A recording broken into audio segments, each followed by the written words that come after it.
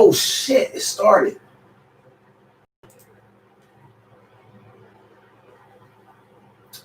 Damn, okay. Hey. Oh, and this shit's like probably blasted too. Fuck, man. I don't know what happened, man. The radio wasn't working. I think it's because I was playing fucking Warzone. So it just was not wanting to work since I was on the internet. And then also, I don't know what happened, but my entire music queue on the radio got deleted. So I don't know. I got like 3 minutes to find a record for them to watch, or listen to. And I'm also looking for something to watch. Let's see. Don't worry, that's not a Rona cough, that's a weed cough. Let's see. Da da da da da. Yo, we're going 3 straight 50 Cent record. Well, 2 50 Cent, 1 G Unit record. Right after Stay Fly. That's what they're listening to on Track Talk Radio.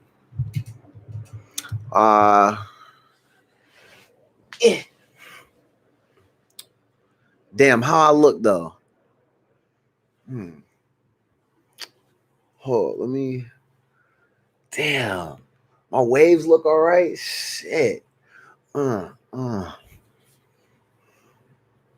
Okay. After the show, it's the after party.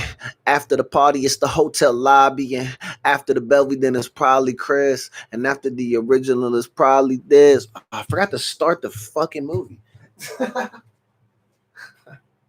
Shit. Threw the remote way over there. It didn't even start it. What a goof. All right. Yes, my Fiesta.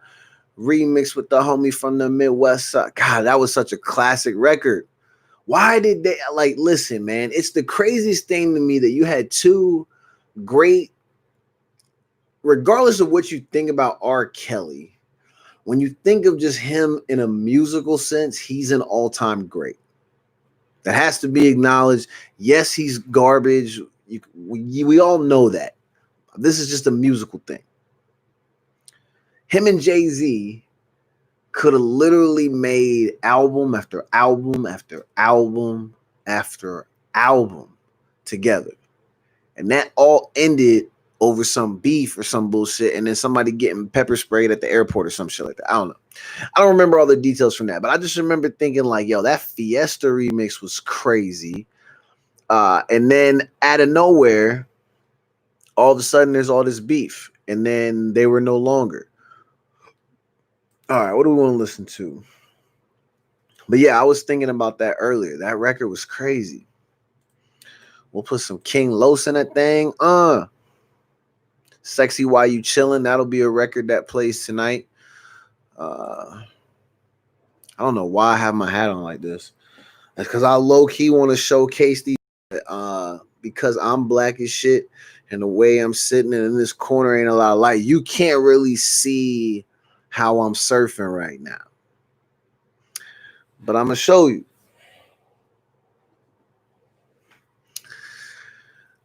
I bought this brush the other day.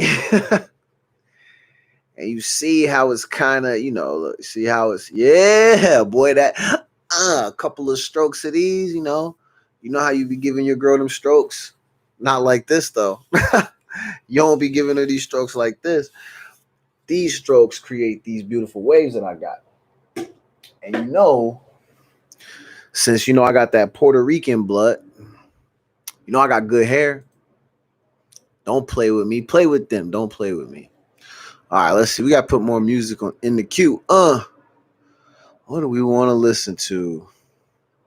I wonder if I have Fiesta remix on here. That feel like that needs to get played now. Yes, my Fiesta remix with the homie from the Midwest. I think that's the fucking lyrics.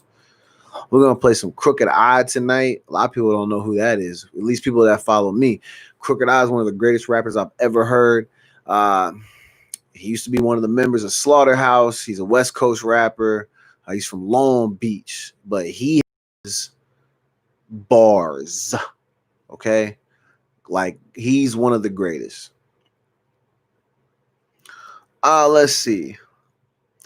Them franchise boys, of course, we're putting that on here. Yup, in my white tee. If they listen on Track Talk Radio, they're going to be turning up tonight. DJ Cold Cuts at your services, aka DJ Pocket Biscuits, aka Beef Snack, aka Snack Sneaker. I forget some of the other ones, but I got hella nicknames now as far as my fake DJ career goes. So if you're looking for a DJ for a bar mitzvah, and even though I say it's fake, it's real. But if you're looking to have somebody DJ a bar mitzvah, you got a bachelorette party coming, a bachelor party coming. If you have a baby shower, I'll DJ that shit. I'll play all the classic Sesame Street hits. Boy, play with them. Don't play with me. Pocket Biscuit in the building. Wonder how I'm feeling. Was on Warzone earlier, but wasn't killing. And now I'm chilling like a villain. Used to hang with this kid named Dylan. That was terrible. I was freestyling for the kids in the chat earlier on when I was playing Halo. Mixed reviews.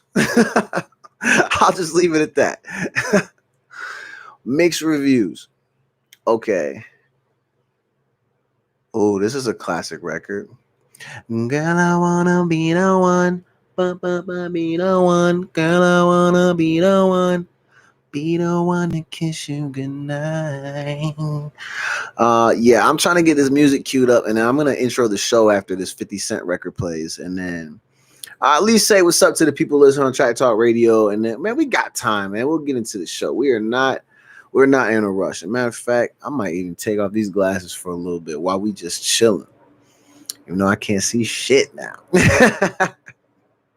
I mean, I can see, but good, not great. That's all I'm gonna say about that. All right, we got a packed show for you. Let's see what we got tonight. We're obviously gonna get into August Alsina with Jada versus Will. I know it's not really a thing because I've talked about this on the show like last year. We already talked about this, and now we're back at this again because obviously Buddy had an album drop, and it's more entries from his diary about Jada. And even if it's not really on the album, there might be some subs, but then he's like in interviews and stuff. Obviously, he feels some type of way. And I'm also gonna say this: I have not actually listened to the actual interviews, even though I've been sharing hella memes. But what I have done is I'm just thinking of it just in general. I feel like my man needs to let go of this Jada dream. And that's the only thing I want to get in. I'm going to give you my take on why I think he need to walk away from her. That's it. I don't really know what his deal is, but he need to separate himself from that family and not even fool with them at all. But we're going to get into Alsina. We're going to get into, Karen with a firearm. You saw how a lady was pointing the gun at people, like going crazy. And can you imagine going those spur of the moment trips on a third date and then being quarantined in a foreign place? We're gonna get into that. That's crazy. 15 seconds. Maya Moore. We talked about Maya Moore last year, how she was giving up her WNBA season so she could help get somebody out of prison. My man got out yesterday, so Maya Moore deserves a statue, bro. That's who we should put a statue up with. Let's get it. Here we go. Yo, welcome to Track Talk Radio. I'm your host with the most, DJ Cold Cuts, here to boast. Actually, my name's DJ Pocket Biscuits. Guess what? Last week's show, you probably missed it. Man, I risked it. Guess what? Check my wristlet. Got the Apple Watch, baby. Yeah, check this shit. Ooh, I'm cooking, baby. Yo, welcome to the Memecool Jackson Show. We're live on Track Talk Radio. That shit actually was kind of hard. I don't know why I'm laughing at like that, but that shit was actually kind of hard. And I'll be trying to tell y'all that I have bars, but no one ever believes it. And I don't know why, but that was all just from here. I just gave you that. That's free. And if somebody want to steal that, go ahead. I don't care. I don't need those bars. I got plenty more. Let's go. We're going to get into this show. I was kind of giving a rundown of what we're going to get into. I'm going to get into August 1st. Well, it's July 2nd, first of all. We're going to get into August Alsina first. But first, let me do a quick recap. On Tuesday's show, we talked about my nephew, half man, half tortilla. And I want to shout him out because he's still up to his no good tricks. I haven't heard anything new, but I just have a feeling that in the last 2 days, he's probably tried to test the limits once again and probably has gotten caught. So, but my sister did listen to the show. She thought it was hilarious. Obviously, Maddox, my nephew, he's amazing. So we just want to give him a quick shout out. That was Tuesday's show where I was not making fun of him, but we were roasting him a little bit because for some strange reason, my man thought it would be a good idea to overnight eat a 20-pack of tortillas. So that's why I said he's black, Latino, and then part tortilla now, because he literally ate the 20 count all by himself overnight. By the way, I'm watching After Party. That's why I went into that Jay-Z lyric. If you haven't seen this movie on Netflix, it's about some dude who's trying to be a rapper. His best friend is trying to help him, and then he's like trying to get famous, and then he like throws up on Wiz Khalifa at a concert or some shit like that, and then they spend like the whole night trying to like spit bars for some producer or something. And then he's like also trying to smash his best friend's sister. You know what? I respect that, bro.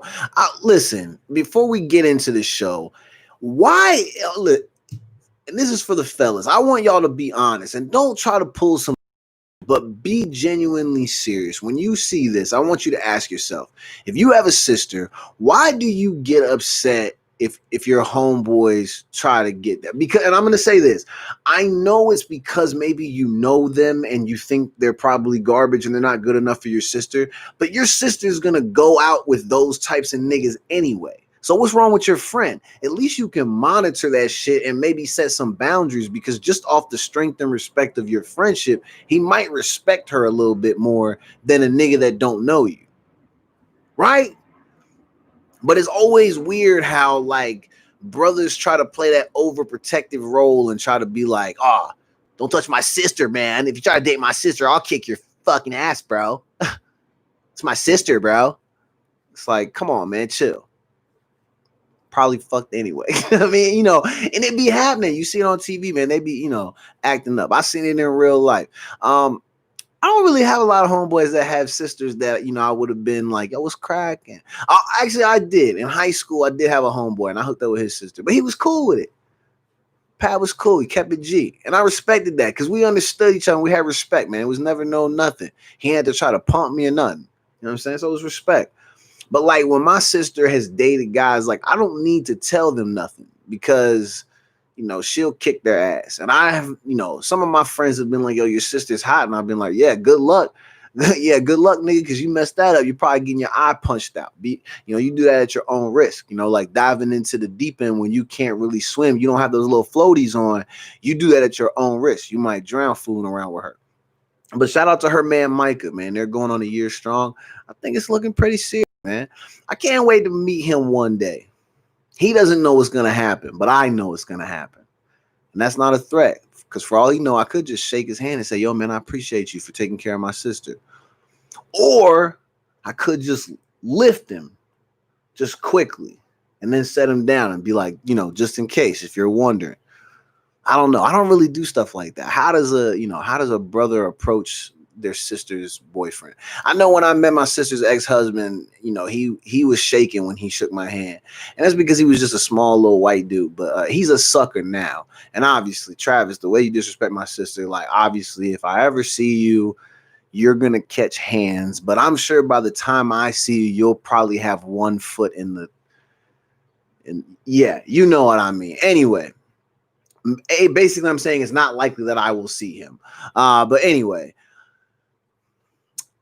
when I met him, he gave me the quick shake, and we actually chopped it up. He was cool. He was cool in the beginning, and then things got wild. I would say I was a fan of his in the beginning, and then after a while it got weird. But I never felt compelled to try to be like, yo, man, I don't want to have to say nothing, dog, but don't do nothing, Why do niggas do that? I'll never understand that. But anyway, buddy on this movie, he's like weird about the fact. Well, he actually is like basically telling his boy to go for it because he thinks his boy has no chance. Which until the very end, spoiler alert, he has no chance. But you can't really tell if they even get together. She's just kind of still in the story, and they call him Seizure Boy, which that's hella messed up. But anyway, let's get to the show, man. I'm in here yapping about this movie that it's okay. It's not all that great. I just needed something to watch. Wow, Markel, you're really hating on those bars. I actually was spitting. That's how I know you don't know real rap music. Don't even try it, bro. Don't make me make a diss track about you. I'm just playing. Anyway, we're going in on August Alsina. Okay, so here's my deal. August. It's only July, bro. We don't have time for this shit. All right, look. For years and years, there's been this thing where August has this thing with Jada. He loves Jada. I want everybody to understand, if you don't know the history of Jada, you have to understand that Jada is from the outside optics. She had a really strong relationship with Tupac.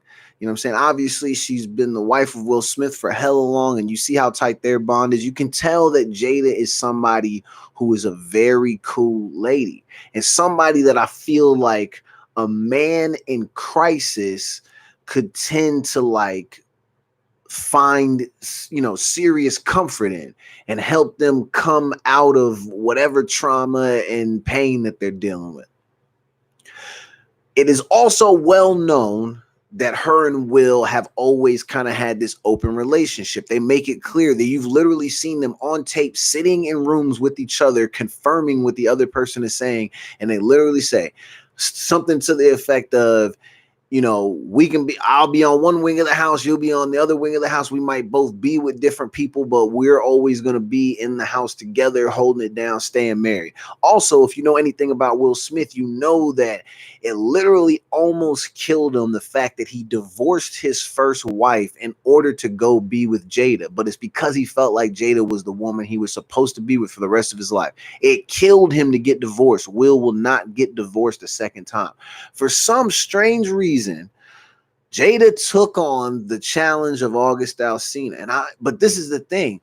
I don't think obviously you can never prepare for the things that this young man has gone through in his life. And I know nothing about, and I'm not saying all these things are connected. I'm just saying, looking outside in, it just seems like, based on the trauma that he's experienced, that he has latched on to Jada. And maybe they have crossed some lines. And then he has developed this idea and thought and these feelings that he is going to end up with her and potentially take her away from Will. Like I said, August, Will's not getting divorced. He's not going to gift you Jada, and she's not going to leave him for you. Like I said, anything that he's going through the last couple of weeks, I know he's been in some interviews and they've been talking about it. I have not watched any of that. My thing is, I'm to the point where I want to tell Buddy this. I think it's time for you to walk away from these people. And not because they're bad people. It's only bad for you because you're stuck in some alternate reality where you think that you're going to be able to get Jada. Or maybe you're hoping for it. And then in the real reality that we're all in, we all know that that's not going to happen. And that's not a slight at you, brother. You're dope. Your music is dope. Your story is amazing. Your perseverance, your strength, all that. I salute you. I think you're great. And you're going to be great. But you can also be great without the help of the Smith family. And what I mean by that is, I can understand that you would want to find, comfort and solace in the fact that Jada is, you're one of your allies and she's in your corner. But I assure you, the love that you feel like you probably think you have may not be real. And I'm actually saying this because I feel like when I listen to his story, I can honestly say I have been through this situation with a woman who was older than me. And nobody knew that until right now. But I've literally been through what I feel like I'm watching him go through, which is that he's attached to a woman that he think he might be able to have because she treats him with the love that he has been missing based off of the gaps that are currently in his life in regards to family and people who care about him. And I apologize if maybe that comes off as maybe I'm speaking at a turn. I'm not trying to disrespect him or his situations. Like I said, his story is amazing. My heart always will go out to him. You can hear when you listen to his music, you hear the pain that these situations have put him through. And like I said, I salute him every day for being here and continuing to grow. That shit is inspiring. So in no way am I meaning disrespect, but I just feel like when you look at it from the outside in, it really just seems like he's caught up hoping that maybe he's going to land her. And I just feel like, homie, I don't think you're wasting your time, because these are lessons that you will ultimately have learned that will help shape your character as you push forward through the rest of your life. And it'll help you teach lessons to the people that come behind you, especially when you leave your legacy. I feel like the longer you try to stay attached to the Smith family in hopes that something good is going to happen for you and you're going to have some like happy ending outcome, I feel like you're just going to be putting yourself through more pain and trauma than what you need. And I think you are insanely talented.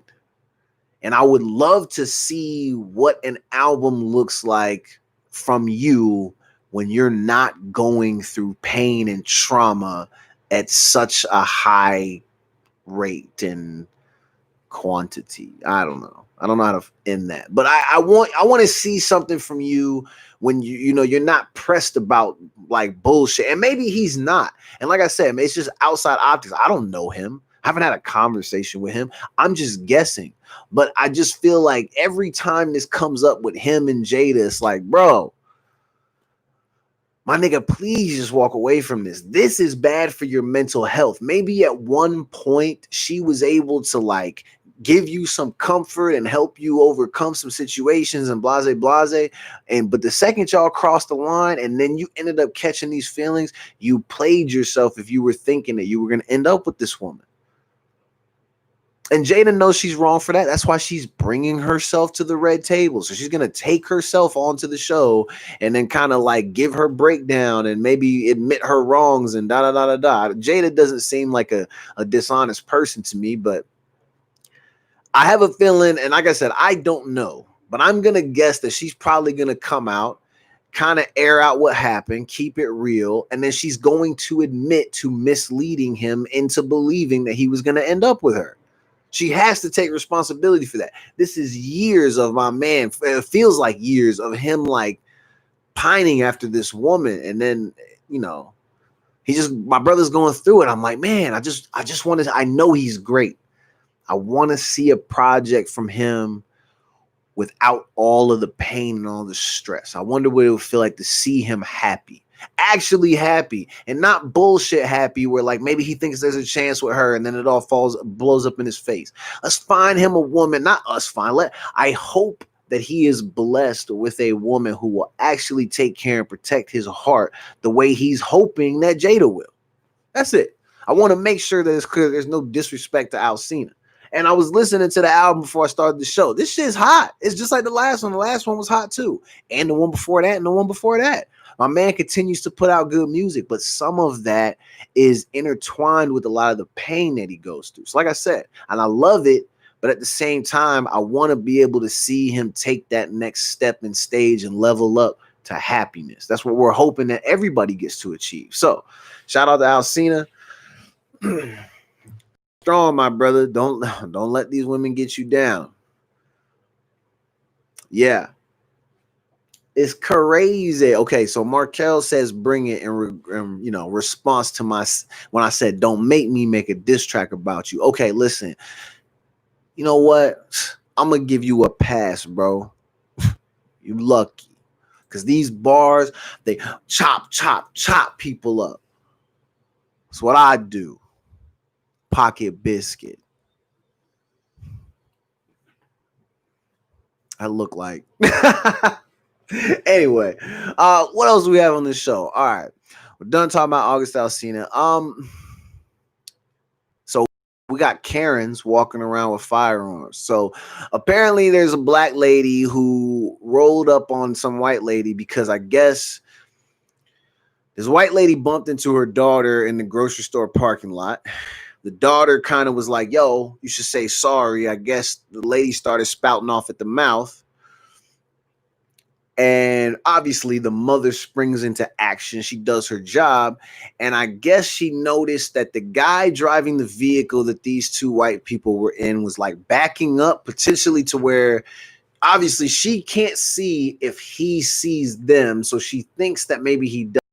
And I guess she hit the back window to kind of let him know, like, yo, fam, you're getting too close. And he kind of got out to try to get his wife or girlfriend, sister, daughter, whatever she was, back into the car or something. But then, like, Shorty pulled the strap out. And then when I say that, she pulled the gun and she's like pointing at the lady. But then, like, when the lady's communicating to somebody to, like, I guess maybe to the daughter to get a, like a picture of the license plate or something, she then gets into this state of like pure rage, and you can almost hear it in her voice where you think she's probably going to she's going to purposely shoot this woman if this woman moves, or because she's so enraged that as she begins to black out and maybe even pass out, her finger will just, squeeze that trigger and then accidentally shoot this woman. Either way, she purposely shot her. And it's purposely because she pulled the gun out to begin with. I still can't really tell if Buddy's sister is fine or not. It's like she is, but like her eyebrows scare me. Anyway, it's not shade though. I just like they just jumping, but his do too. So maybe it's supposed to be like that because they're brother and sister. Anyway, the lady's freaking out. She's saying, "Don't get behind my car." She's got the gun drawn and she's got it up, acting hella crazy. I was pretty sure she was gonna shoot the lady. Obviously, I saw a picture later in the day where it looked like it was her getting arrested by cops. But this shit is just crazy, man. Everybody's on high alert. I'm on vacation, but because I was getting bored, I figured I would get out, like I said, and earn some money because I want to get these vacations cracking off. So I've been Ubering, right? I pull up to a neighborhood today. This is no bullshit. I'm looking to find this specific apartment building because obviously you can't see the fucking letters. I asked this dude for directions, and I think because I was black and I had the fucking mask on, I don't think Buddy wanted to help me because maybe he was like worried about something. I did not announce myself as like an Uber driver or nothing. The exchange was very brief. I don't care about it. It's not being brought up to show like, oh my God, no. And he wasn't even a white dude. But I'm just saying in general, I feel like people are on high alert right now. So like anytime you're having to, most people are communicating with other strangers, I think they're expecting the worst outcome rather than just like relaxing, approaching a situation with respect and, not being a fucking idiot and then just speaking like a normal human. Like people are not doing that. I literally looked at Buddy and I was like, hey, is this the such and such apartment complex? And he just didn't even really want to speak to me. He just kind of was like, he looked around and he goes, and I was like, can you tell me where building whatever was? And it was literally right behind me, but I couldn't see it. And he did the same thing, like looked around and kind of took a couple steps back. And I was like, hey man, can you help me? And he just kind of stood there. And then he said that he didn't know. So that it's the apartment complex and you're in here walking around. You look like you just got done taking the trash out. So I know that you live here, but you don't know where the building that I'm asking about is. I mean, it's cool, bro. I'm not even really tripping, but like, it's okay. You can let your guard down a tiny bit. Like, not everybody is out here wilding, but apparently these Karens are now coming armed. She had the pistol ready to fire. And I love that they always say that they're like in fear for their life. But like, I feel like a lot of people, when they're in a state of fear, it's hard for them to be coherent. If you have enough whatever to be able to tell me that if I make a move that you're going to shoot me. You understood when I told my comrade to go behind the car to get your license plate number. You understood fully to like keep your gun on me and move to the side. Excuse me. You move to the side and keep your gun. Also watch the person I'm talking to continue to shout commands at me. How is it that you truly fear for your life? You're not trembling. You're not scared. You're only panicked because you know you're doing the wrong thing. You're yelling at them about the license plate because you don't want them to get your info and then have you arrested. You wasn't in fear of shit, lady. I'm just gonna say it because I'm tired of the shit. You just was being a bitch. If we just being for real. And not even the way that, like, you know how girls use it. Oh, bitch, stop. Like, not that. You wasn't the good one. You just was like a yo, like, fuck that bitch. Anyway, yeah, it's pretty crazy seeing that. So as you travel about and as you go on your daily journeys in life, understand that there's some damn fools out here acting up. Again, buddy who didn't help me, I'm not even mad at him. If anything, you're being smart because you don't know me. You don't know why I'm in your neighborhood. Also, this community is, I'm assuming that in that apartment complex, they're used to seeing a certain type of folk, and they probably were not used to seeing me. And so I understand, man. You want to be cautious. You ain't trying to get caught up. I get it, bro. There's no hard feelings with me. Still made the delivery and still got paid. See how that works? My nigga, I know this is hell. I want the money.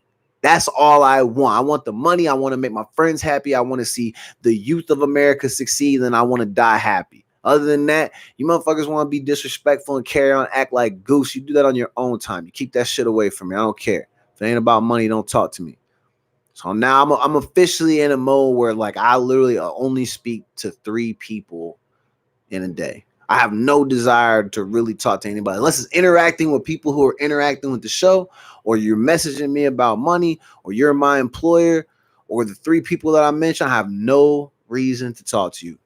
Want to talk about the show? Let's get it. But other than that, everybody's been acting all crazy on that goofy shit. We don't have time for that. I love the fact that I've started to slide back to being happy and being funny and cracking jokes and having a good time. I've been going on hella bike rides. Chilling at the park has been lit, man. I went back to playing soccer a little bit, bodying people. That's easy work. Shit, what else have I been doing? I've been on Warzone heavy. I'm ass at video games. I do not claim to be a gamer, but I'm having a good ass time. Reading more books. I mean, honestly, yeah, a lot of this shit going on right now sucks. But it could be way worse. And I'm just gonna enjoy the hell wise here, you know what I'm saying? Because it is what it is. But one thing we will never ever stop celebrating is Black History. You know, every day that we're here, we make history. So today is another day of Black History. Shout out to all my Black people. I love you. I hope you are all doing well. I hope you're all staying strong out there. You are appreciated. Fuck, man. Let me know if there's anything I can do for you. I was very upset today when I woke up to find out once again that the killers of Breonna Taylor have not been arrested. I'm just so confused. I'm so confused. When Black people allegedly commit crimes, they get lassoed up quick as a motherfucker. I blink out my own cuss words now. I don't know how to do that on the effects. So I'm just gonna do it myself. White people get picked up fairly quickly too, sometimes. But when cops kill, niggas need a month to be like, yeah, it was wrong. Could you imagine having a conversation with somebody you know, even if it's like a spouse or a significant other, whatever you want to call it, and imagine you bringing a problem to them and them being like, you know what, I'm going to get back to you in 3 to 6 weeks about this. Could you imagine how fucking mad you would be walking around every single day? Oh, hell no. A lot of the posting has stopped. Her hashtag not trending like it once was. And it had already been months. That's what's crazy. It had already been months. Another day. I'm hoping for tomorrow. I even put a tweet out this morning saying, hopefully tomorrow maybe is our day. Bree, we got you. We gonna get them one way or another. I assure you that somebody will do it.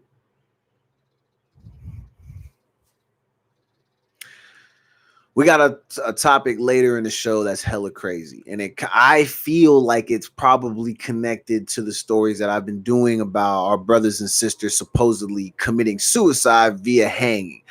So we will get into that a little bit later. Let's see, man. What else is on the agenda? I mean, we're gonna go into a short break so they can watch the music, but so they can watch the show, but also listen to the music if they're on Track Talk Radio. You can also watch music videos if you log on to any of your streaming services. So hey, good save. But I still sounded like a complete idiot when I just said that. Watching the music. Anyway, and I was doing that to myself because I'm just goofing, talking too fast. We're gonna get into. Think about this. You meet somebody, it's new, it's fresh. First couple dates go really well. And then for the third date, you want to be adventurous and you decide to go on one of these like crazy quick trip, to a foreign land type of vacations. And then bam, the beginning of March hits and then we go into full pandemic mode and then you're stuck in that country with that person. We're going to get into a story about that. We're also going to get into I don't really know how to pronounce this lady's name. Ghislaine, Maxwell. Fucking what's his name's homie? Jeffrey Epstein's right-hand man. And I know she was a female, but right-hand man, right-hand woman. I don't have to give her any fucking respect at all. So I don't want to hear anybody say anything about how I'm disrespecting her title. Fuck her. And I'm saying that because if you watch that documentary, this cockroach is one of the people who was helping Buddy, finesse these little girls into freaking giving him blow skis and shit like that after these massage sessions. So I don't give a fuck if I fucked up her name. Excuse my language, but I have zero tolerance for garbage ass people who will help enable child predators. Because she could have done the right thing 10 million fucking times after the first time that he did this and she knew about it, but she helped him. You saw what happened to Jeffrey. Honestly, you should expect that the same thing happened to, Ghislaine, because Ghislaine, like Jeffrey, knows a lot of shit. And if you think that the powers that be won't control that, you better think again. We're going to get into that. We are also going to get into, you know what? Michael Jordan, Kobe Bryant, Maya Moore, LeBron James. We're going to get into Maya Moore. I know it's crazy that I said that. Listen, we're going to get into it. You're going to see why I have her. She has to just go to GOAT status. GOAT status, all right? And then obviously we're going to talk some shit about Florida, the asshole of America. This is the Memeco Jackson Show. We're live on Track Talk Radio as well as YouTube. Sorry, I'm looking at the screen a lot because there's not a lot of music in the queue. So I'm trying to get some things together. This is a radio show. All right, brother and sister. Stay tuned. Keep your ears locked on the station because this is DJ Beef Snack. And we're going to be right back with some music. We're gonna be right back with the show, but you're about to listen to some music. So we got a record by 50 Cent called When I Come Back. Then we also have the G Unit anthem. Like I said, we had handfuls of 50 Cent records playing back to back tonight, and then we're gonna get into the rest of the show. So you'll hear some other music besides 50, but we got a couple more 50 records. Actually, you know what? I'm going to skip When I Come Back. You're going to go right to the anthem because I actually love the G Unit anthem. G Unit in the house. What, nigga? What? G Unit in the house. Well, what? Y'all know about that. That record is fire. G Unit. I'm the leader of the new school now, nigga. What? Oh, my God. Let's get into it. Ooh. All right. While we got them listening to that, I'm still watching. I'm watching this After Party record. I call it a record because it just feels like Buddy's rapping the whole time. So it's like listening to a mixtape because nobody in this is really acting. Mostly everybody's just playing themselves. I mean, I guess the two main dudes are acting and like the sister, but like you got cameos from like French Montana and like all these like internet people and like a whole handful of people that like I know are famous, but I don't remember their names and shit. And everybody's just kind of, you know, kicking it and kind of, you know, playing their part. But it's a pretty dope movie. But now they're at the part where they're at the French Montana concert. I'm gonna be honest with you, man. I can't say that I am or am not a fan of French Montana because I've never really listened to his music. I've heard the songs that he has that kind of make him famous, but he's also one of these artists that, like, if you were to just have a song playing and I walked into the room and you asked me who it was, I probably would say, I have no idea who this is. And then you'd be like, oh, this is French Montana. And I would immediately say, oh, this is him. It's no disrespect because I feel like a lot of my favorite rappers hold him in high regard somewhat. So I can't imagine that he's ass. But like I can't name one of his songs. He just doesn't seem like he would be somebody that like, you know, like appeals to me. But I guess he's famous. But I do know Buddy's name. But yeah, he's in this movie. And then he's not. Very quick part. I guess he performed a song that was his. I don't know what it was called. I wish they would like, you know, say what the song is. I guess they do at the end in the credits, but that ain't helping me now. There's a lot of people in this movie that have just the weirdest hairstyles. When you see big crowds of people and they're like at hip hop shows, you get to see how different everybody is. And even in this movie, there's just so many people with different hairstyles. So it's crazy to think like, God, like a lot of these, you know, a lot of these I've tried, but then there's so many where I'm like, damn, niggas wear their hair like that now? That shit's real ugly. Like I seen a dude the other day where he had, so think about my hair like this, just like in the front. And this was a picture that I saw. And then he had like braids on like the back half. It was like all faded on the side. And then it like went into like it was dread. It was so weird. And I was like, what fucking haircut is this? You don't walk in and go, let me get number 8. And that's what happens to you. That doesn't happen. Also, who's really like, yo, I really like it low on the front and I need that fresh lineup. I need it faded on the sides, but I want to have braids just on this portion of my head. Just right here. And then I want to have like locks, not braids, locks on the back part. Sometimes I just ask myself, what are niggas thinking?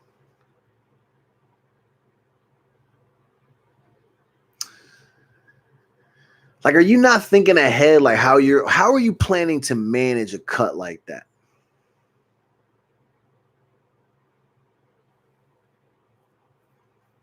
Like, even when you go to the shop, if you're trying to get all that done at once, you have to allocate potentially hours of your time to get a haircut. And that doesn't include the time that you're going to have to sit and wait in line if you didn't book the appointment and you just decided to walk in, which I don't really think we're doing that anymore. But I don't know. I don't know what your local barbershop is doing. But that shit seems weird to me.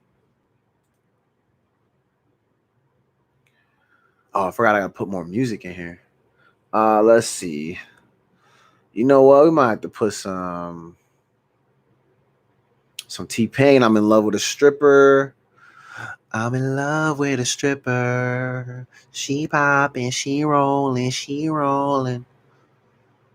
I always in the car when I sing it, I always say she slobbing that pole, and I'm let me stop, man. This is I make it clear from the beginning. This is a show where like I get to act like a crazy person. But the funny thing about it is like I'm not really like this in real life. Like, I mean, I am like this goofy, but like, I don't know. If you know me, you know exactly what I'm talking about. You understand that this for me, it's all about the laughs and the humor. I find all this shit hilarious. Like, I still laugh when people fart on stuff. Like, it's funny. Come on. I'm literally like a 17-year-old boy when it comes to humor and inappropriate, corny behavior, and like a 30-something-year-old body. But then I have all the other stuff too, fucking sense and respect and responsibility. I do all the things. Another haircut that's crazy. Yo, why does I don't even know what it is. I can't even explain it. You need to watch the movie, and right when him and Buddy are standing in a hallway during this after show, you're seeing a dude right directly to the left of the guy talking to an Asian lady, and he has done something with his hair that's just crazy. So check out the movie and you'll see it. Anyway. Yo, my man James Gatlin. Oh, yo, James Gatlin. James remembers me when I used to be rapping, and now I'm in Seattle, hearing the rain tapping, going to the bathroom, crapping. Shit, you run out of toilet paper, you probably gonna have to use a napkin. Oh, and my man Jeff is in here. Jeff, what up, man? Me and Jeff and I, we actually do work together. And Jeff is, a part of Jeff Squad, which is the team that runs all the electronics for the shows. He helps troubleshoot all the problems that I consistently have because I continue to touch things that I'm not supposed to be touching, and I fuck everything up. So shout out to Jeff for always coming through to fix shit. That's why I told my man he's the king. Anyway, Jeff, what up? Jeff's probably watching the show, clicking his Tims together like Dorothy, wishing he could go back to New York. Shout out to Jeff, man. Jeff had literally, when me and Jeff played Warzone, he gets his uncle and his little brother on. Jeff has literally the funniest family that I've never met. Obviously, it's all been, just through the headset, but bro, his brother Lorenzo had me dead. Put it in the chat, Jeff. I want you to put what Lorenzo said about me in the chat. And listen, I'm going to tell you, you can't get offended because I'm not offended. I want to start by saying that because I know when people read it, they're going to trip. It literally was the funniest thing I'd ever heard. And then when he explained it to me, it was even funnier. If Jeff puts it in the chat, you'll see it and it's funny. But he basically said that I was like one of the top black people of all time. And the names that he gave, he had me up there with Obama, Will Smith, and Harriet Tubman. It was just funny. There was other things that were said, but it was funny. Yeah, he said some other stuff that like had some like hint where if you read it wrong, you might get offended. But it was all love. It's all jokes. Yo, Lorenzo had me dying, man. Warzone ain't the same without the RPG King. Shout out to my man. Exactly. See, that's why I said I didn't get offended. I took it as high praise. If I'm top 10 black people and then the names I hear are Will Smith, Obama, and Harriet, shout out to Harriet. But I don't deserve to be in that class. I'm at least the top 2,500 black people on the planet. I'm within that range. I'm top 2,500. But top 10 with Harriet and Will in them? Oh, shit. I don't even know if Obama up there with Harriet and them. Shit. Get out of here. You know what Harriet was out there doing? What the fuck you talking about Obama and Harriet in the same sentence? God damn, that's disrespect to Harriet. But shout out to Obama. I mean, I got Kobe over Obama. Are we ranking? I can't really rank black people, but I don't know. Obama was like, he's like a director that I didn't know for like, I heard he directed a really good TV show and everybody loved it. And I didn't watch those seasons and then the show was over. So shout out to him for having, he had 8 strong seasons, I guess. I just didn't watch that show. But shout out to Obama. I still give him respect though. So he's probably up there. But with Harriet, oh my God. I mean, think about some of the greatest black people. Frederick Douglass, Martin Luther King, obviously. I mean, Malcolm X, Harriet, shit, my mom, James's mom, fucking all of our black friends' moms. Justin Gatlin. I mean, he was, Olympic, Did this nigga just put Tyrese's name in the chat? Boy, I'm about to kick you out of here, boy. Yo, let's get into it. Why? Tell me, listen, I know I kind of already touched on this, and I think I did it on the Starters on the Bench podcast, which is live on Twitch tomorrow at 7 p.m. But can we talk about now how my man Tyrese showed up to George Floyd's funeral dressed like a washed up Black Panther? He came in the whole outfit, the hat, the shades, the boots, the black out, everything. Now listen, I know he was there to pay his respects. Obviously, we appreciate that. R.I.P. Floyd. Big shout out. We love Tyrese. This is just jokes. We just want to get these jokes off. But when my man showed up in that fit, I was like, God damn it. Now we done let Tyrese out of the damn room again. And somebody left the fucking door unlocked, and now he's out roaming around the house acting all crazy. Because you see, how does he show up to the funeral dressed like a Black Panther? That shit was crazy. Yeah, man, the smoke was definitely coming. Listen, if y'all go to my funeral and a nigga show up dressed like he's ready for the Panthers or for some sort of war or something, like, y'all have to rush him in that moment. Even if you know it's if Doug show up to my funeral like that, you guys are under specific instruction to rush him. I don't want anybody coming to my funeral dressed like a Black Panther. We are not here for that. You wear a goddamn suit like everybody else now. I know you got them because you got money. That Black Panther outfit, that's some shit that I would show up in because I'm broke. And it don't cost a lot to get combat boots, a really long black jacket, a black Hanes t-shirt from the 5-pack at Walmart, and freaking black Levi's. I got half of that in the closet right now. Tyrese, that's not the outfit for you. Like I said, if anybody come to my funeral dressed like that, y'all need to rush them, okay? Gotta get Tyrese out of here. What's time music stopping? Okay, we got 2 minutes. And then we're going to get back into the show on Track Talk Radio, man. Like I said, this is a radio show. What you guys have just gotten in between this break is just me just yapping about nothing. Anyway, what else was I going to say? Now my man James is here. I'm dying. We weren't ranking, but we're making jokes about ranking the top 10, like top best black people. I think I'm within the top 2,500. And that sounds like a lot, but there's a lot of black people out here. And I mean, do you think Jay-Z is up there next to Harriet? I wonder. Like, do we really have, like, and where is Cap? Is Cap above Jay-Z or is he after Jay-Z? And is Kanye still on the list? And like, who else? Is there anybody that's on the list that we would trade for Eminem? And people like that.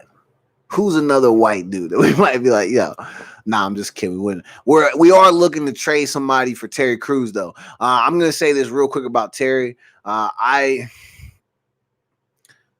Let me wait till we get into the show because we talked about Terry on this show probably back in like September, October. James says he trade Kanye for M. I probably would too, because I feel like M is actually a really good producer too. His bars are way better, and I don't have to question whether or not he's cool with Trump. He's clearly not. Eminem does not have fond feelings for Don Juan Trump.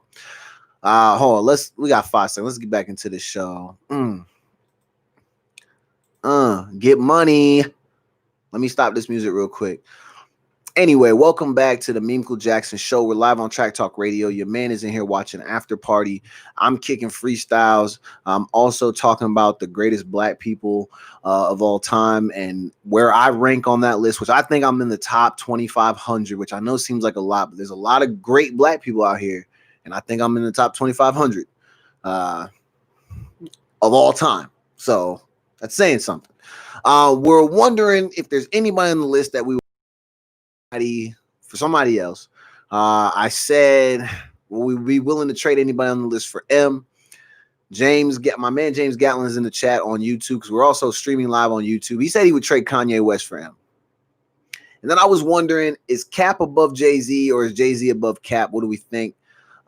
This is not a serious thing. This is literally me just guessing where we would put influential black people if there was some crazy list, and wondering where those people measure up to people who are past and present.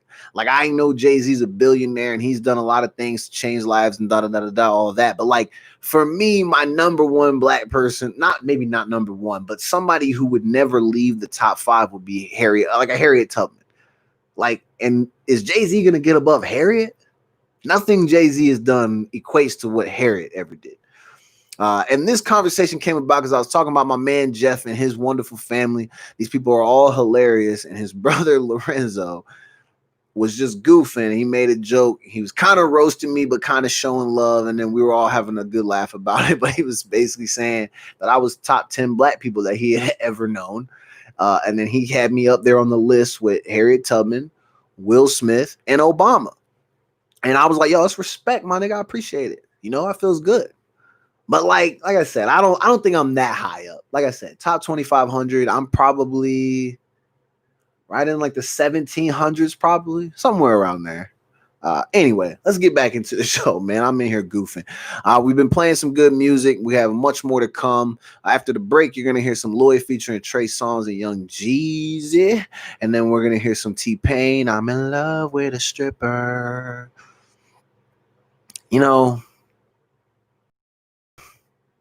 gosh, right as I said that, they're on the movie, they're walking into a party with 3 strippers. What are the chances? Perfect timing. Anyways, what else do we have on the show? Let me get back to my sheet. Okay. So we're gonna get into everybody struggles dating. I know that, but imagine you meet somebody on the app, you guys hit it off, and this is what we're gonna get into.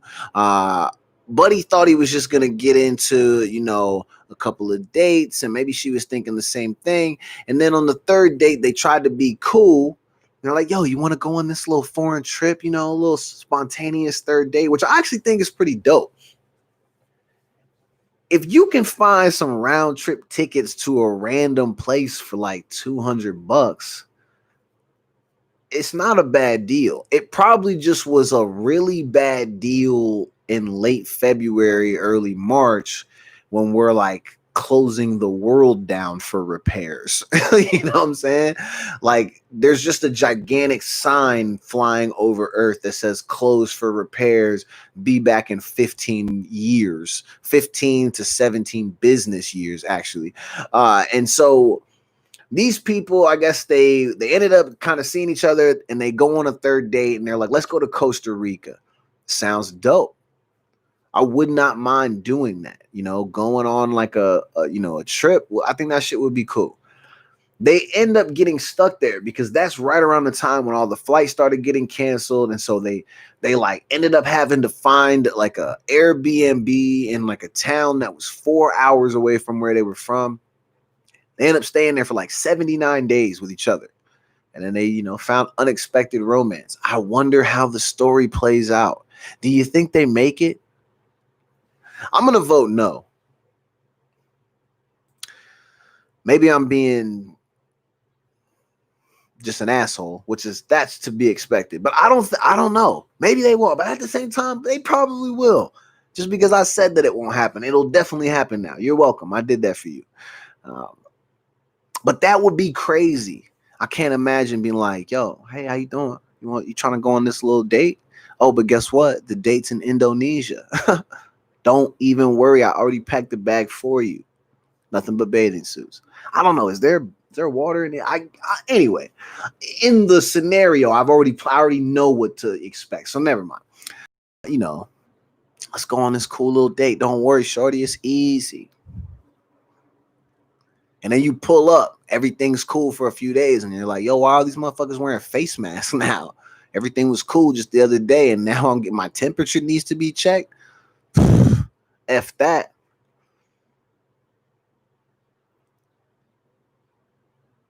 Exactly. I said that's how you end up dead or missing. Nope. Yeah, I kind of think that too. Like I don't know, man. Do you know somebody well enough after a third date to be like, yeah, I'll go on a trip with you to a foreign land? And it's not a group thing where there's like guaranteed witnesses. But even in that scenario, like, do you get to bring your own people to add to the group so you at least know you have witnesses that will be willing to back you up specifically? Because if they're all his or all hers, you might be in for a very long trip. Yeah, hostel, touristas. I don't know if that was like a dating situation, but that was just where they went on vacation and then got finessed and then they end up getting trapped and tortured and almost killed. Some of them did get killed. That was a really shitty movie with Josh Duhamel. I don't know, whatever the fuck his name is. Yeah, good way to go missing. Like I said, I know me and I'm too lazy to kill. I know that there are girls who know me who have gone on dates with me that it didn't work out. They can confirm that. I'm not a killer. I tell them I'm too lazy, and then they start to see how it plays out. Way too lazy to kill. I'm too lazy for a lot of things. Today I was almost too lazy to do the show, and then at the last minute, I just got this burst of energy, and then I was lit. You know what I'm saying? And now we're here. But at the same time, I'm thinking, would I ever go on a trip with a girl to Costa Rica? Nah, because I'm already going to be panicked about, yo, is the water safe to drink? Is this food going to make me shit myself all day? And then I also got to be worried about if you're going to leave my body out here when we go snorkeling on this fucking weird boat trip that you booked. And for some strange reason, you and homie seem like you already know each other, but you say you never been here before. This whole scenario seems crazy. You know what I'm saying?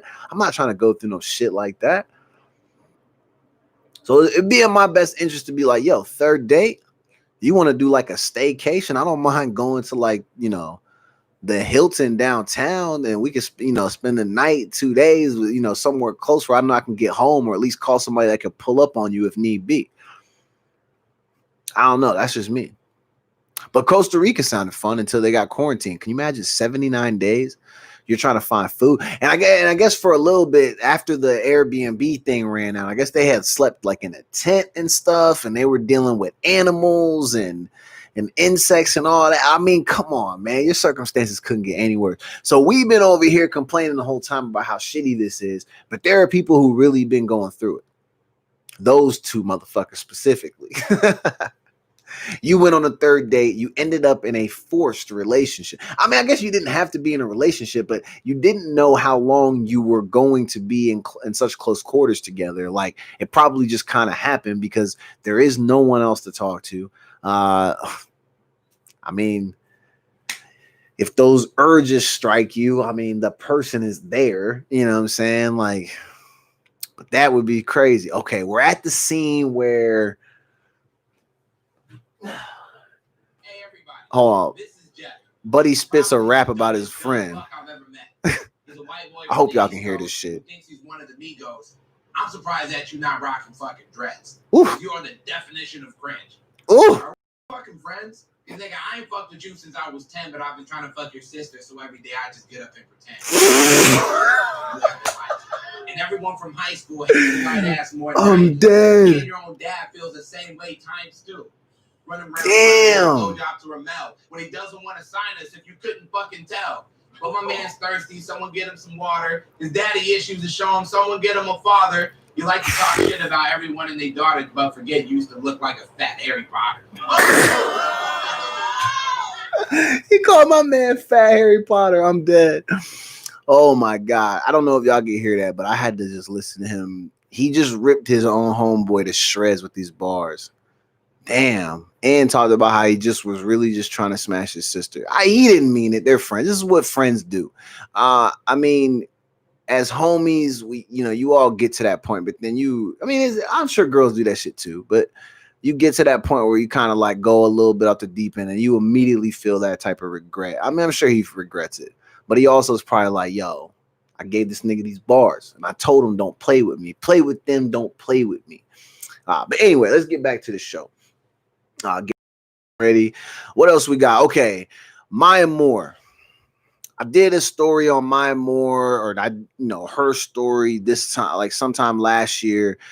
There was a whole thing about how she was taking the WNBA season off because she wanted to put all her efforts and energy towards helping a man get out of a 50-year prison sentence for a crime that he didn't commit. As of yesterday, I saw the video this morning. I think it was from yesterday. My man is free from jail. Free from jail. She gave up her career to help this man, or not, didn't give it up, just took the year off to put her efforts towards this. And I can't imagine the feelings that she, along with that family, must feel knowing that shit worked. Everything that they did worked. And I feel like when you think of, if we were to replace these statues that they're ripping down, why are we not giving them to people like Maya? I think Maya Moore deserves a statue. Wherever the fuck somebody want to pay to put it. I didn't see any of these niggas giving up their career to help people get out of jail. But they are the type, and it's no disrespect. I know the money's different, the ownership and the way they strike, it's all different. You can fuck around, get sued. I know it's not as simple as do it, but either way, it is not something I've ever really seen a professional athlete besides maybe Pat Tillman, and then you can kind of technically say Kaepernick. He was relieved of his duties because of the stand that he took. Pat actually went to war because he wanted to fight for the country that he loved, cared about, and believed in. And so we will always and forever love and respect Pat Tillman for saying, fuck the NFL. I'm going to go do the right thing. And I'm going to make sure I help and I save real people, real soldiers, and not just protect a fucking pigskin. But either way, Maya Moore, I think, deserves a statue. And especially when we think about wanting to celebrate beautiful black women, of course. She's a hooper. And she's doing stuff like this, not on the side. She technically right now is not a hooper first. She is a major advocate and somebody who's really impacting change. And then she's a hooper second. So she deserves her respect. And she deserves a damn statue. We need to put the money up for that. Think about when you go to sports arenas, think about all those statues you be seeing out front. Michael Jordan got a statue. He helps put niggas in prison when you think about it. And I only say that because dollars that he invests into certain things go to keeping prison doors open and alive. Shouldn't Maya get a statue? She just got a nigga out of prison. We praise Kim Kardashian every single day for helping people get out of prison, which is amazing. Shout out to her for that. But fuck, man. Knowing that this young woman put her whole entire career, because her life is basketball. If you know anything about Maya Moore, she is a hooper first.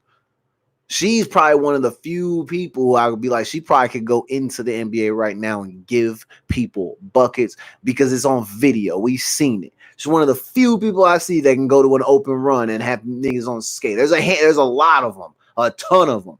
But Maya is one of those people that she is well respected in the basketball community, and she's recognized as a killer on the court. And now she's a killer of the justice system, the unjust system. Because obviously my man's in jail for a crime that he didn't commit. And look at the links and all the time it took for him to get free. But now that time is upon us. So whatever efforts that they were putting towards that project, it definitely worked. So again, shout out to Maya. The woman deserves a statue. We need to make that happen. I'm not bullshit. We got to figure out how to do that because we celebrate niggas for doing the most mediocre of things. And we give them so much props and blanket respect and love and all this type of shit. And then we leave the girls hanging when they're actually out here really doing right by people. It's a damn shame. Black women, I love you. I think you are amazing. You are one of my heroes for real. Michael Jordan, Kobe, Maya Moore, LeBron James, greatest of all time. Top 4. I know that sounds crazy, but... And I'm sure the NBA guys are loving her right now too. Can you imagine? Like, I mean, she had the opportunity to either go back to just hooping or she could help this guy. And that's what she chose to do. That's real shit. Real shit for real. Statue. Can I chant on here? I don't be knowing what's appropriate and what's not. I should play Plies. What the fuck you gonna do about it? Yo, man, did we really think Plies was dope? I want you to be honest with yourself. When you think about Plies as a rapper, is he a rapper or was he just screaming? Was he like, I almost said prehistoric because he's older than 6'9", but it's not. But when you hear prehistoric, you think like old as shit. No, it's not old. I'm just saying like old for me. Because Plies was hot when I was in college. That was in the early 20s. I'm starting to slide back to the, to the mid to the lates. You know what I'm saying? So, and not the 20s. Even though they say I look like I'm about 25, 26, 27, still young. But anyway, I got really good skin, obviously, because I'm black. Wonderful beard. Beautiful smile, all the things. But anyway, I'm not gonna say he's prehistoric, but I feel like Plies was just yelling on the record all the time. I don't know. Maybe some of those raps were dope. Streetlight was the cut. Shawty was the cut, but I feel like that was really only hot because these beats were slapping, and then freaking T-Pain was on that record. And then what's the other record that he has that I actually really love? Put It On You. You ever heard Put It On You? That's a cut, man. But at the same time, I'm a hood singer. Yeah, I mean, that's what I'm saying. He just seemed like he was yelling on the track. I really love Fuck You Gonna Do About It. That's the cut. That beat slaps. I mean, that hook is crazy. But even like the song I gotta like halfway turn it down so that way it sounds like he's just rapping to me normal because it seemed like he's screaming at me. And I'm like, I wasn't planning to do anything about it, but I just wanted to listen to the fucking record, nigga. You don't have to yell in my ear. Could you imagine one of your homies just being hyped like that all the time? And every time y'all are out somewhere, he just yelling in your ear and he sound like Plies? Can you imagine that? Oh my God, that sounds awful. I bet Plies is dope though. He's probably a super nice guy. Shout out to Plies. I told a story about Plies on here where, listen, I'm calling it like I saw it because I just was close to the environment and it looked like what it looked like. If it's wrong, it's wrong. It's old news at this point. But I'm pretty sure that I saw him get washed up out front of a nightclub in Gainesville when I was down there in 2007 maybe? Where were we at? What was that club called? Some janky ass club, but he's out. His boys out there talking crazy to some other people, and I guess it's these people from Jacksonville. That's how the story goes. Is that it was people from Jacksonville? Club 238. That was the club. Club 238. And I think, probably, maybe not. I don't know. But apparently, he was like when we were out front, everybody was kind of like talking and like, "Yo, that's Plies over there," and he's getting into it with some goons, and then it just looked like they were stomping him. That's all. But it could have just been like somebody in his entourage that just was like the same size as him. I mean, all these rappers are like 5'5", man. So in a crowd, you can't really tell if it's really them getting stomped anyway. I don't know, but shout out to Plies, man. That Put It On You record is classic, though. I will give him that. What do we think about Tory Lanez? Is Tory Lanez a singer or a rapper? If you're in the chat, give me your feedback about Tory. I want to say I like Tory better as the rapper than the singer. His voice to me when he sings, it sounds too like, it doesn't sound real. Like I don't feel like anybody's voice sounds like that when they sing. That sounds like the computer program that they use. But Tory has a record called, what is it? Old Friends, New Foes, or some shit like that. And when he has some raps on there, I think it's something like just on that song in particular, there's a part of me that feels like it's some of the greatest bars I've ever heard. And I know that's crazy, but again, my numbers are like he has a top 3,000 set of bars of all time, and it's like in the late 2000s. It's that good. I listen to a lot of music.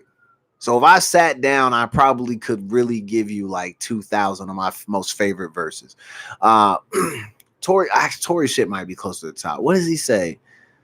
I got a million ties, suit top for. I don't remember. I had to remember it, but it's a hot record, man. But either way, the very next song is him like singing, doing R&B, and then the song after that is a rap song, and then it's R&B, and then it's rap, and I'm like, which one is he?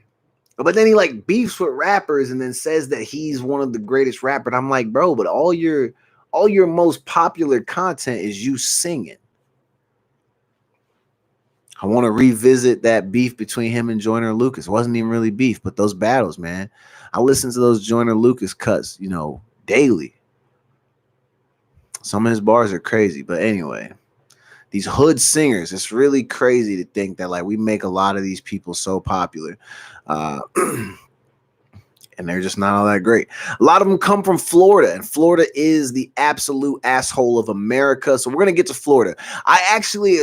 It's about damn time that a video from the city that I came from finally popped up on the internet so all you people could see how fucking garbage people in Pensacola, Florida are, especially these redneck motherfuckers who want to fly that stupid ass flag and disrespect all the black people that live over there. When I tell people that place is garbage, they get offended and they don't understand why I would want to say that the place that I live was garbage, and it's because of that video that I posted.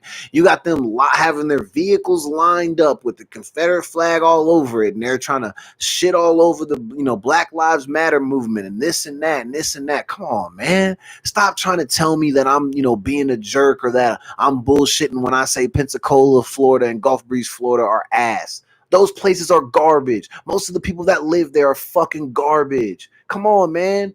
How you think I'm better in life now, less stressed out and more happy because I emerged from the fucking garbage? Come on. Shout out to all my homies that stay there. My nigga James, I love James. James knows that. So this is definitely not directed at him. I know why he stays. A lot of my friends stay because they got family.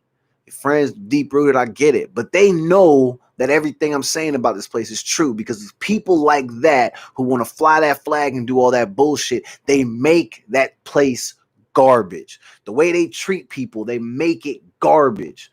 That's why I say that. I loved it though. Seeing Pensacola, Florida on Baller Alert. Y'all niggas made it. You dusty garbage ass, biscuit head ass, freaking y'all something, man. All those people are ugly in the heart, in the personality, the whole shebang. Most of them in the looks. And most of them be walking around looking like dried up old cucumber. Shit. Fuck out of here. You know what? My dad still lives down there too. Shit, nigga. I hope you happy staying down there like a sucker. You should move out of that place, bro. You can do better. They do not like you down there. And it's because you're black. Leave that area. I'm tired of telling you that. He be trying to tell me that these people are cool, bro. Them niggas ain't cool with you, bro. Get out of here. And my uncle Mike. Mike, get the fuck out of there. Why you still working at that job in that town where those people pretend to like you when they fucking hate you, bro? You know that shit. I don't even feel bad calling you out like that.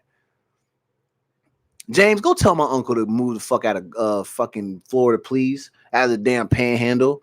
And my fucking dad. Please kick some common sense into these niggas. Yeah, I'm roasting him. Shit. Crazy. You know what's crazy though? I'm literally on the FaceTime with my sister the other day, and when I'm looking at her, you know how sometimes people say, "Oh, you look just like your parents." I never really could ever see it until the other day. I was looking at her and I'm like, "Yo, she looks just like my dad," and like I look just like my mom. It's crazy. But I guess you don't really morph into these old niggas until you start getting old. Yo, I'm dead. Let me stop, man. My mom gonna whoop me on the phone when she talk to me, bro. Um, anyway, what's on rest on the show? Okay, so earlier in the show, I was talking about how we're talking about Karens with pistols and, you know, the racial stuff and people acting crazy and blah, blah, blah. And then I heard a story today where they had KKK members posing as cops. And I remember what I said. I was saying something along the lines of, you know, telling all my black people to stay safe because you got to watch how these people are acting. And this is some of it. We heard stories a few weeks ago about people coming up missing because vans were pulling up and they were throwing people into cars.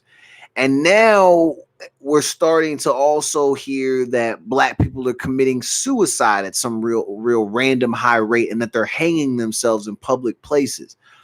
And then today, I see this video of these cops arresting these KKK members posing and pretending to be law enforcement officers. They treated them very gently. So although, and I always say this because I want to make sure that you know that I'm not being someone who's coming from a place of ignorance. I know in that moment when they don't react with excessive force that they're doing their job because that's what they're supposed to do.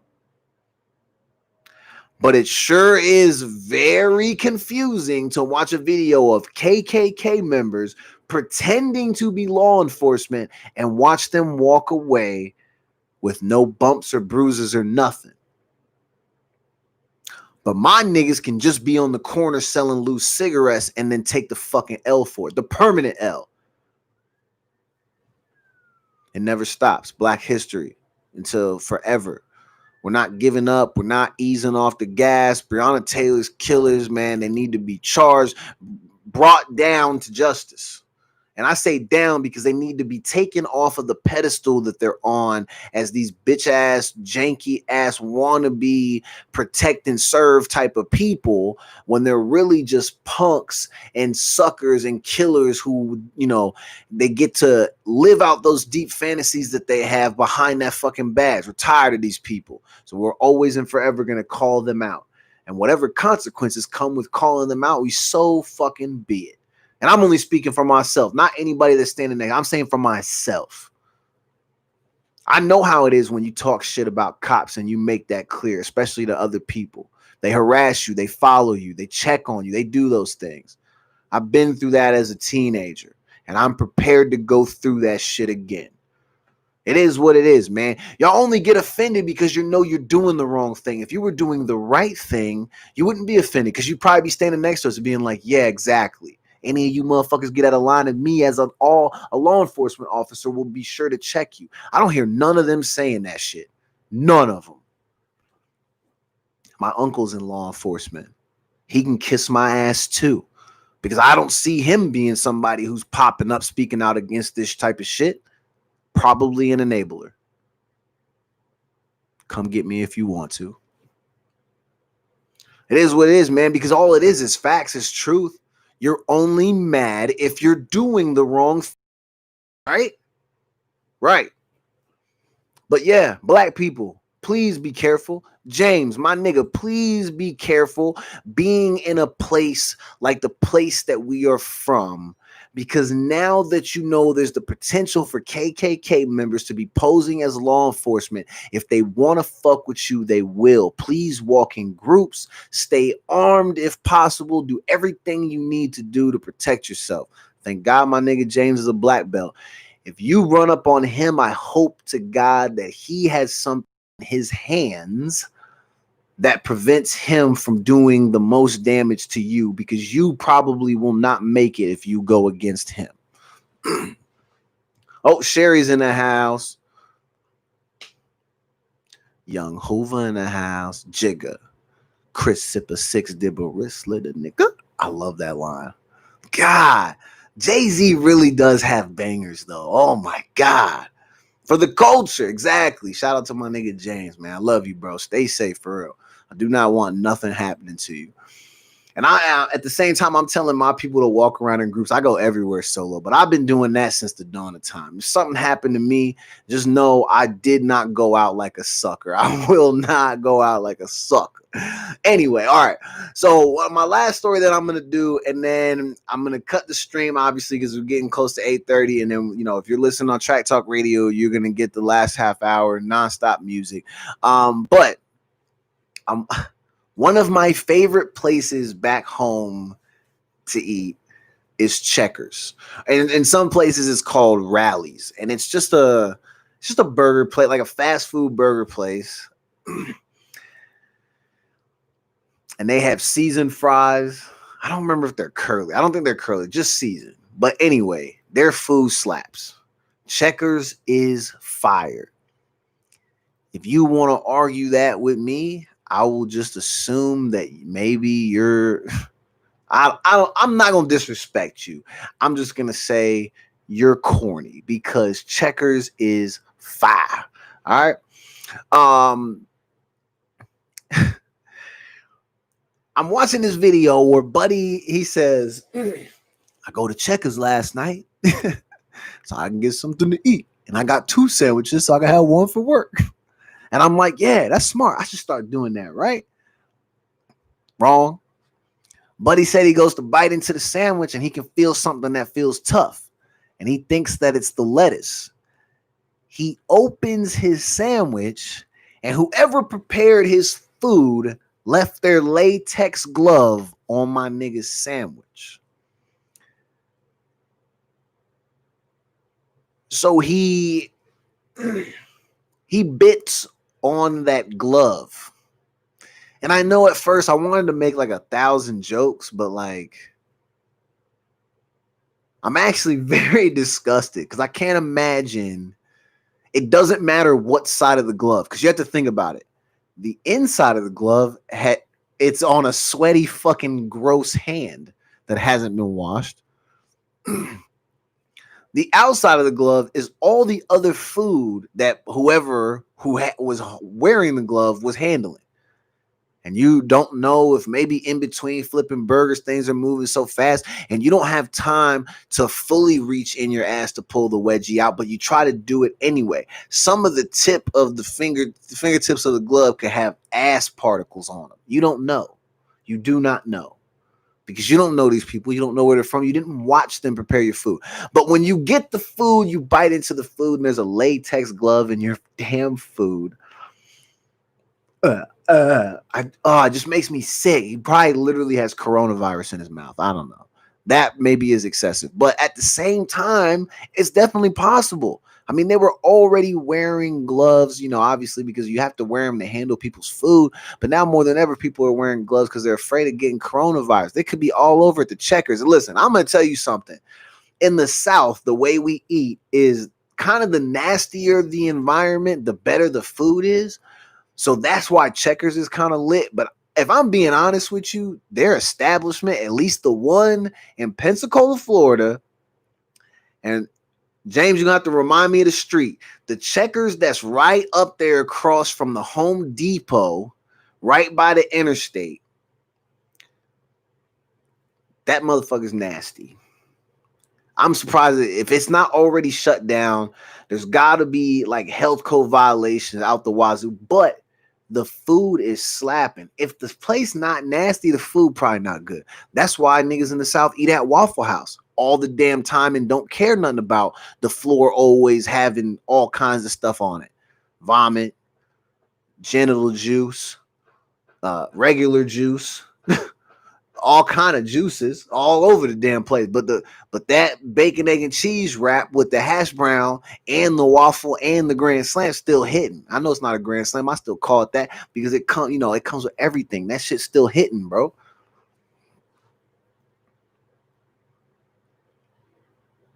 He said, no. Oh, on Davis Highway. That's what it is. Shout out to my man. Yeah, Davis Highway. It's crazy over there, bro. That's not a clean Checkers, but that's the most popping Checkers in the damn city. That one and the one that's way out like on 9 Mile or something, and that one's really dirty.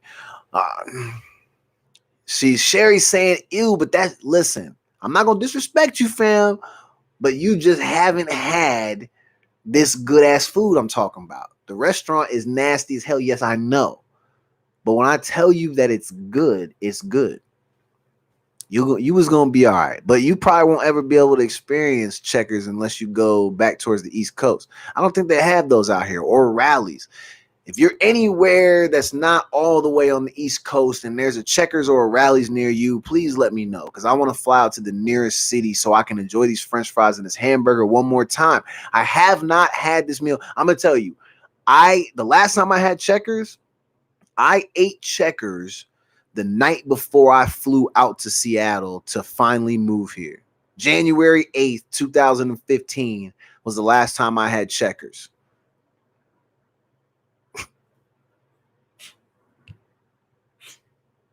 I'm okay. Just need a minute.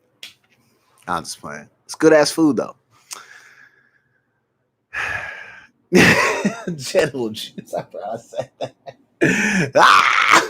Okay, Sherry's not talking about the food. Yeah, I forgot there's a delay. Yeah. General juice is not good. That's nasty. That remind me of the Taco Bell and Gulf Breeze. The bathroom is so close to the spot where you order that the kids would go there after school, and sometimes you could like hear people in the bathroom bumping rump right where you're like ordering the food at. And they never cleaned up shit in the lobby area because the kids would come in there and they eat and they don't throw any of their trash away or do nothing. There's just food and crumbs and shit all over the floor. It looked like my nephew's room. It was crazy. This is a whole Taco Bell establishment. That's unacceptable. It's a food place. And that shit was always dirty, man. That's what I'm telling you. These people out here in Gulf Breeze are ass, bro. Anyway, enough talking shit about the asshole of America, which is Florida. So they only made an appearance on the show because I had it on the sheet. It said Florida ... again. They have all kinds of problems, man. Let me see if I can find something other than those damn Confederate people doing whatever it is they was doing, those goofy ass bastards. Let's see. I think there was another Florida story. No, that one's from Oklahoma. Oklahoma man arrested after shooting a woman for snatching Nazi flags from his yard. What do you mean, bro? Why do you even have those up? Bro, I'm going to say it and then I'm closing out the stream. It's not offensive. It's said as kind of like a why. White people, man. Why? Why do you have Nazi flags in your fucking front yard, my guy? And then when someone goes to remove them because that's a horrific sight and no one wants to look at that type of shit, then you shoot the person and now your life is over. Hope it was worth it. Idiot. Anyway, man, thank you for tuning in live on YouTube, man. This is the Meanquil Jackson Show. If you're tuned in on Track Talk Radio, you will hear some music. Listen, man, my whole queue got deleted, but you're about to hear this Lloyd featuring Trey Songz and Young Jeezy, then you're going right into some T-Pain, and then the rest is a mystery. So enjoy the music. Thank you for tuning in to the show, man. It's been a wonderful show, I think. We had a lot of people in here interacting. Well, mainly just James and Markel. And Sherry was here tonight. Sherry, thanks for popping in, man. We got to get you on the show at some point. So you can give us some Track Talk Radio updates. Tell us where everybody's at. What's new for the post-pandemic era of Track Talk Radio, or what big plans that you have. Anything. So feel free to reach out to me and we'll schedule a time for you to be on the show. If you are interested, people, you should check out my podcast tomorrow, Starters on the Bench. I'm going to get a little bit more into this Maya Moore situation. We got to make sure she gets back-to-back days of props for sure, because she deserves a damn statue. Listen, man, this is for real. I hope y'all hear this. Give these women their damn respect when they're being great, man. There is no reason to continue to pretend like men do all the great, amazing things and allow women like Maya Moore to fly under the fucking radar when she's actually out here killing it and doing way more than what I feel like most people in positions of power are actually doing. She's somebody who her access and power is very limited. And mostly because she's a fucking woman. And look, she's still getting shit done. This is crazy. Get her a statue. Jesus, man. All right. The music's playing on Track Talk Radio, and this stream is over, man. I'll see you guys. Video, I will see you next Tuesday. But we do have a Sunday show, so be sure to tune in to Track Talk Radio. We'll be on bright and early at 7 p.m. Pacific Standard Time. But yeah, hope you guys enjoy your weekend. Tune in to my Twitch channel, Meancle Jackson ENT, for Starters on the Bench. That's the podcast, man. I'm going to see y'all tomorrow.